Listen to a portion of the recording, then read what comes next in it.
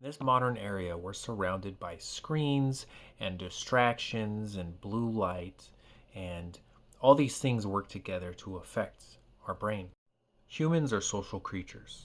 And before we got to the level of technology that we had now, we valued um, responding to somebody when they reached out to us. Back when we had landline phones and we didn't have voicemail, if we missed that phone call, we didn't know who called us, and so we would run to the phone to answer to try to get it before the phone stopped ringing.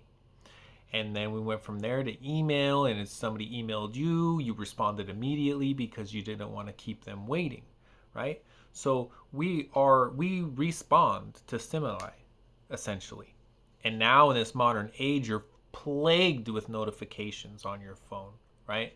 And you're constantly distracted and you're constantly called to this device because your device, your brain now has correlated it with a source of dopamine. And these operating systems and other digital processing systems are literally designed to take that into consideration. They're designed to constantly distract you and constantly pull your attention away and you're like, ooh, a piece of candy, ooh, a piece of candy, every notification that comes on the phone. And this is also really distracting to you. It's essentially addictive building behavior. It's no different than going to a casino and pushing that button, and then when you hit that button you get that dopamine spike, right? Because every time you hit that button you could win. And then when you combine this with the blue light from these screens that you expose yourself to all day, your eyeballs have photo sensors. And when they are exposed to blue light, it tells your brain it's time to be awake. It's daytime, essentially. And what happens is, as long as you're exposed to blue light, which usually, because of the angle that light is coming in from the morning, would be morning time. So that's when you'd get hit with that blue light, you'd get wake up and you'd be aware you're being exposed to it all day.